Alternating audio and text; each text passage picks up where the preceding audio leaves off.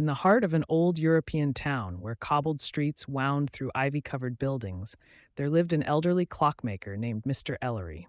His shop was small, tucked between a bakery and a bookshop, and filled with clocks of every kind: grandfather clocks, pocket watches, cuckoos, and more. But there was one clock no one ever touched, an enormous wall clock at the back of the shop. It hadn't ticked in decades. People asked about it, and Mr. Ellery always smiled mysteriously and said, "That clock will tick again only when the time is right." Kids made up stories. Some said it hid a treasure. Others said it was cursed. Among them was Leo, a curious 12-year-old boy who loved puzzles. He often visited Mr. Ellery after school, asking questions and helping around the shop.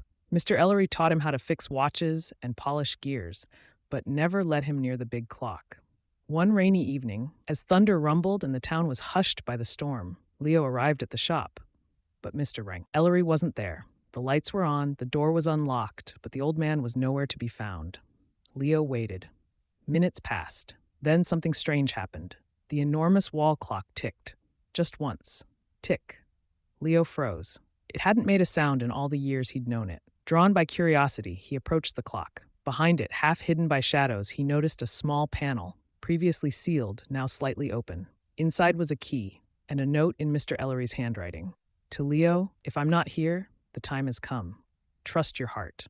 Leo hesitated but took the key. He turned it in the clock's side. Click. Whirr.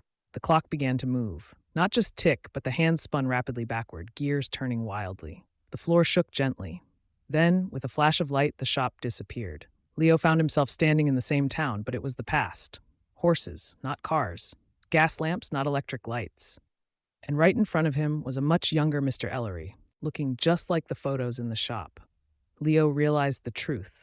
The clock was a time machine.